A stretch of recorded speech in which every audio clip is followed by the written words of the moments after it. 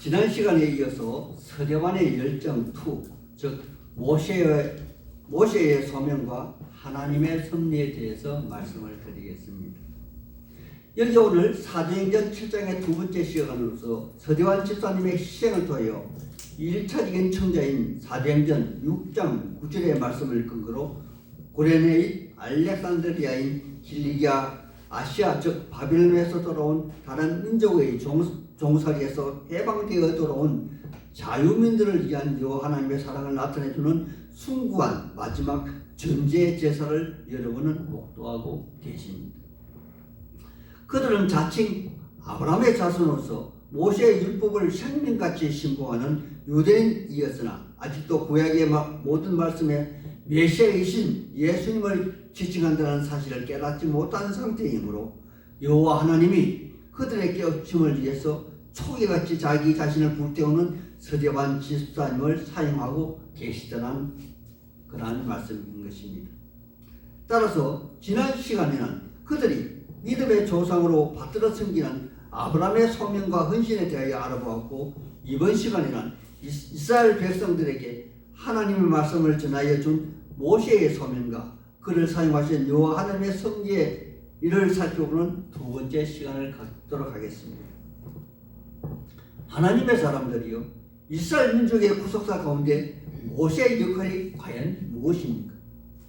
그것은 두말할 것 없이 여호와 하나님과 아브라함 사이에 맺어진 언약의 말씀을 성취에 따른 여호와 하나님의 구원의 섭리에 모세가 도구로 사용되었다는 그런 말씀인 것입니다.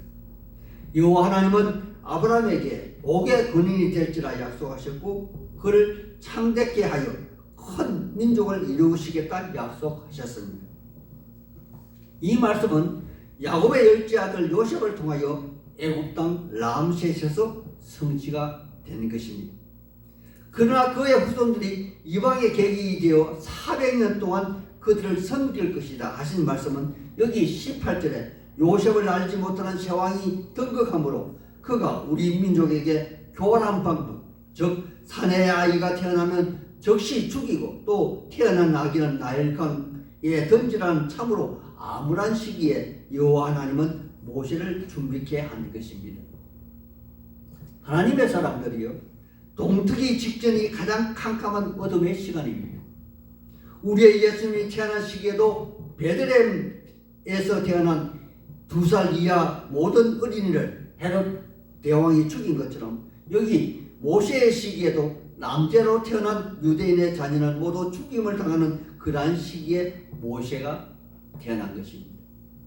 성경에는 그의 출생을 이렇게 특별하게 기록하고 있습니다.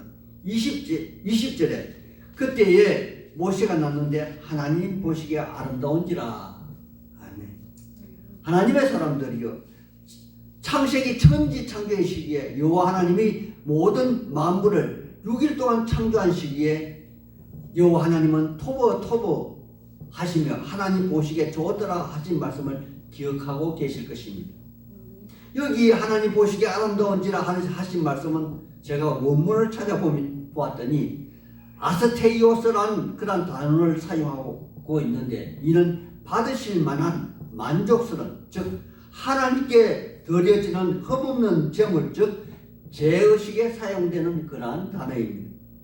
바로 모세는 하나님과 아브라함의 언약의 성취를 위한 도구로 사용되었음을 나타내는 그러한 중요한 그러한 정표가 되는 단어입니다. 그리고 마침내 약속한 400년의 시간이 지나 그들이 섬기는 나라를 여호와 하나님이 징벌하시며 그 땅에서 내 자손이 큰 재물을 이끌고 나오겠다는 언약의 말씀의 성취가 이루어지는 것을 봅니다. 따라서 서대반 집사님의 논지는 이 언약의 성취를 위해서 모세의 출생부터 성경에 기록하고 있습니다. 그가 태어나서 3개월 동안 숨기져 길리워지다가 마침내 등잔 밑이 어둡다고 바로의 왕궁에서 왕의 교육을 받으며 민족을 이끌 지도자의 자질을 갖추었다고 성경은 말하고 있습니다.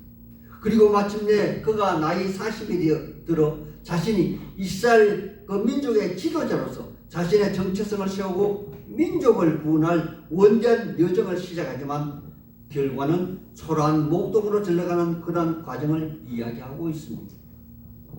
하나님의 사람들이요, 사람들의 명석한 지혜가 하나님의 무지와 어떻게 비교가 되겠습니까?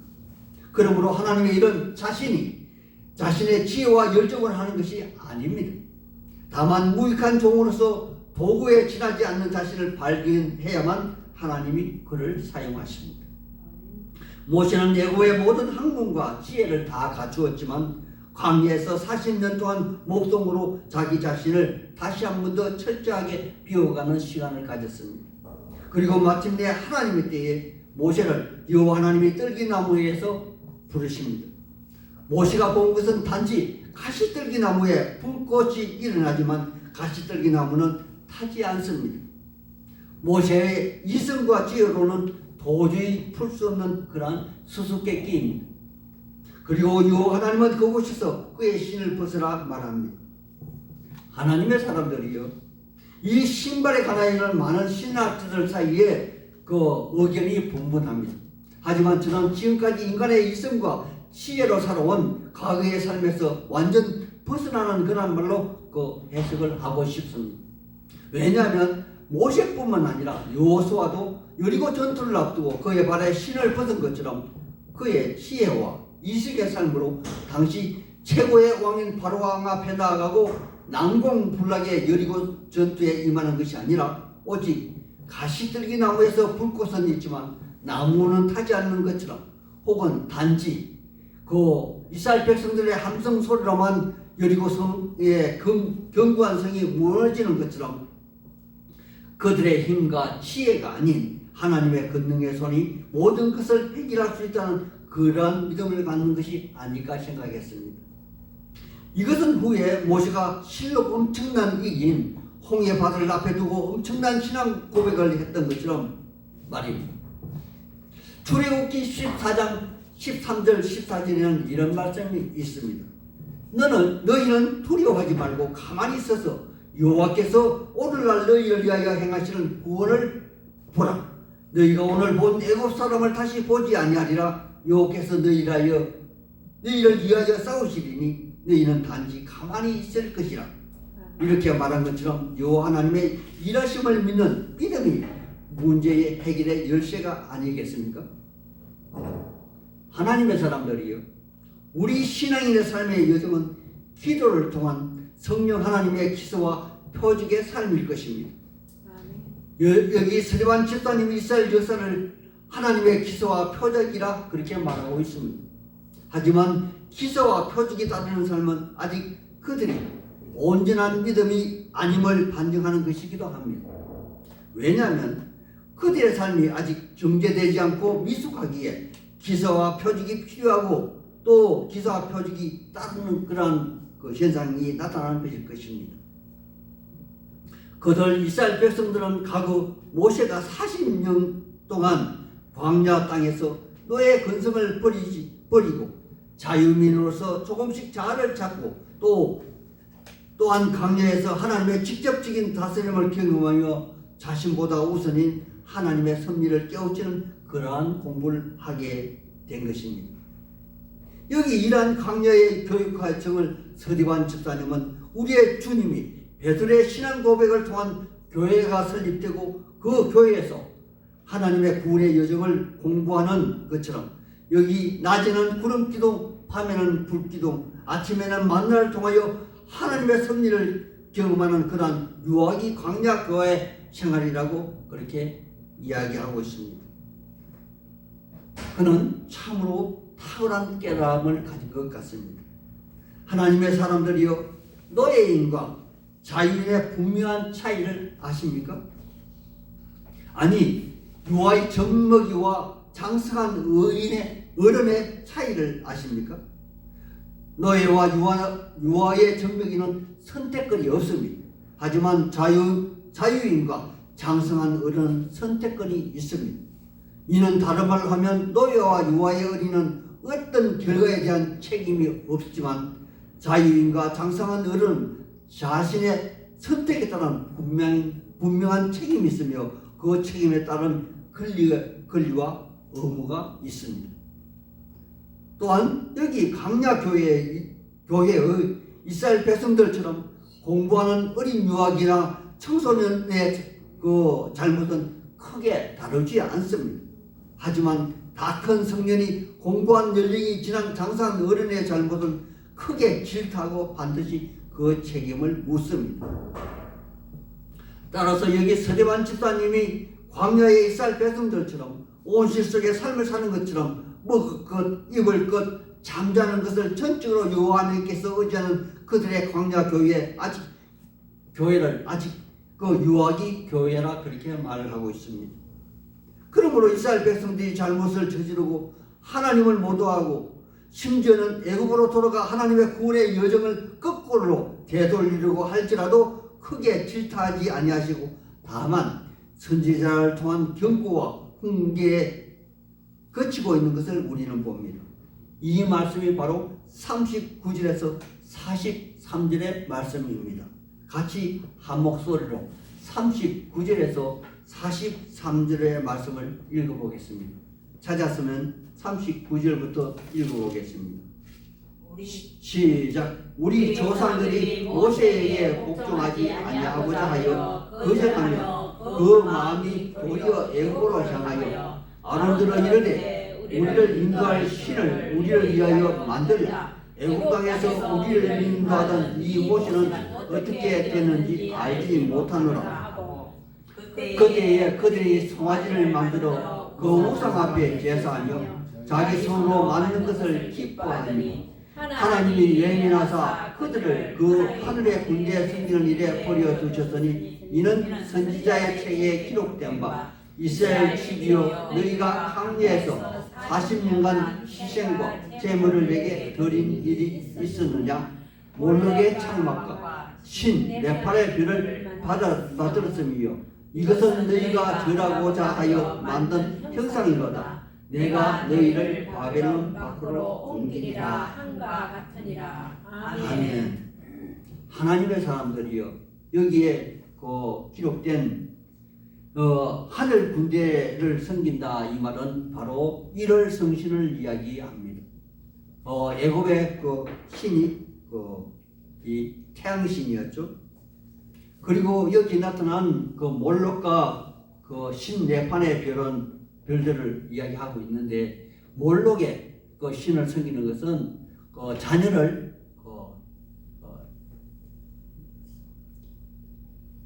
불로 태워서 그렇게 제사하는 그러한 이 신을 몰록의 신학이라고 합니다. 하나님의 사람들이요 이렇게 서대반 집사님이 기록하고 있음에도 불구하고 이 강자의 교회의 여호와 하나님은 이스라엘 백성들에게 무엇을 허락하셨던가요? 바로 모세에게 보여주었고 모세가 본 그대로 만든 정거의 장막이 이스라엘 그 백성들에게 있었지 않습니까? 물론 그곳 정거의 장막 중에는 그 한 가운데 법궤가 있었고 그것이 바로 하나님의 거하시는 시온소 시온자하여 모세가 이스라엘 백성들을 위하여 하나님께 물었고 또 하나님은 모세를 통하여 이스라엘을 인도하셨던 바로 그 정거의 장막 말입니다. 하지만 이후에 이스라엘이 광야를 벗어나 그 약속의 땅에서 들어가면서 하나님은 이스라엘의 계도 기간이 끝나는 시간이므로 다만 말로 많은 교훈과 훈계를 벗어나 자유민으로서 장성한 어른의 삶으로서 그의 말과 행동에 그 책임을 물을 것이며 그에 따른 의무의 삶 또한 그들에게 주어질 것을 분명히 말하고 있는 것입니다. 이것은 오늘 우리의 삶 또한 마찬가지가 아니겠습니까? 부부나 타인의 보상을 피임을 받는 신앙의 유아기 시기에는 우리의 신앙인의 삶도 자유도 제한을 받고 책임도 다소 느슨하지만 장성한 어른의 신앙인이 된 이후에는 반드시 그에 걸맞는 책임과 권리가 따르는 그러한 신앙의 삶으로 여호와 하나님이 직접적이고도 엄중한 징계와 견책이 뒤따른다는 것은 그러한 사실입니다. 하나님의 사람들이여 그러하다면 여기 이스라엘 역사 중에서 모세의 소명과 역할을 다시 한 번 더 정리 한번 해보겠습니다. 모세는 여호와 하나님의 믿음의 조상 아브라함과 사이에서 언약으로 맺어진 그 구속의 역사에서 하나님의 충실한 언약이 야곱의 아들 요셉으로부터 400년이 지난 시점에 이스라엘 민족에 그대로 성취되게 하는 지팡이자 도구로 사용되었으며 또한 장래 앞으로 도래할 메시아의 시대의 한 표적으로서 신명기서 18장 15절에 기록된 내 하나님 여호와께서 너희 가운데 내 형제 중에서 너를 위하여 나와 같은 선지자 하나를 일으키시리니 너희는 그의 말을 들을지어다 하신 그러한 말씀의 전표인 것입니다. 그러므로 모세의 역할은 아직 약속의 땅에 들어가지 못한 미완의 완성의 온전한 자유인도 아니요 장성한 어른 교회도 아닌 아직 유아기 상태의 강야 교회의 삶을 이스라엘 민족으로 인도할 가덕이적 역할을 한 인물로서 그 평가를 받을 수 있을 것입니다. 그러하다면 여기 서리반 집사님의 설교는 각국에서 돌아온 디아스포라 유대인 앞에서 아직도 깨닫지 못한 그 사람의 지혜와 이성의 얽매인 서기관과 사두개인 그리고 대제사장을 포함한 공의원들 앞에서 모든 것을 깨우친 서리반 집사님의 탁월한 설교는 과연 모세의 역할을 무엇이라 정의하고 있는 것일까요? 이것은 명령가나하게 그들 이스라엘 민족의 삶이 우리의 육신의 너의 삶에서 자유인의 삶으로 전환이 된 것처럼 죄악의 노예로 살아가는 모든 하나님의 백성들에게 참 자유인의 삶으로 죄악의 사망의 몸에서 영원한 생명의 자유인의 모습으로 인도하시는 메시아 모습을 나타내는 나와 같은 선지자 예수를 소개하는 것이 아니겠습니까? 하지만 그럼에도 불구하고 아직도 깨달음이 없는 그들을 메시아 예수를 십자가에 매달아 죽게 한 것처럼 조금 후에는 마치 주관죄를 지은 범죄자처럼 서리반 집사님을 돌로 쳐 죽일 것입니다. 그러하다면 서다의 서리반 집사님이 그들 앞에 한 설교는 실패한 것입니까? 아니 하나님이 실패한 것입니까? 아닐 것입니다. 여기 서대반 집사님의 사랑의 헌신으로 아니 하나님의 숭고한 사랑이 그 누구도 주목하지 못할 한 사람을 여기 성경에는 지목하고 있습니다. 물론 아직은 그의 이름이 등장하고 있지는 않지만 우리 모두는 이미 그 결과에 대하여 알고 있기에 이방인의 사도 사울이 서리반 집사님을 죽게 한 그 현장에서 돌로 치는 그들을 도와 그들의 옷을 맡아주는 자로 등장하고 있는 모습을 우리는 눈여겨볼 필요가 있을 것입니다. 이제 말씀을 맺으려 합니다. 우리 크리스천인들은 우연한 삶은 없습니다. 다만 우리가 영적으로 깨닫지 못하여 하나님의 구원의 섭리를 알지 못해서 단지 무지의 삶을 살 뿐입니다. 따라서 우리의 육신의 한계를 가지고 다만 주어진 한계에서 지배를 받는 우리가 실로 엄청난 하나님의 구원의 섭리에 다만 믿음으로 반응하는 것이 옳다는 것입니다. 오늘날 우리는 성령 시대에 살고 있습니다. 이는 다른 말로 하면 예수를 믿음으로 고백하는 각자가 하나님의 영과 함께하는 그러한 각자가 교회의 시대에 살고 있는 것입니다. 그러므로 믿음의 기초인 성경 지식에 해박하고 신앙의 동기가 순수하며 삶의 지표가 분명한 참 그리스찬이 되기를 소망합니다. 아멘. 그러기 위해서 날마다 성경 말씀을 가까이 하고 기도로 깨어 있어 주위의 사람을 믿음으로 인도하는 서대반 집사님과 같은 신앙인이 다 되시기를 우리 주 예수님 이름 받들어 축원하고 축복하는 바입니다. 아멘.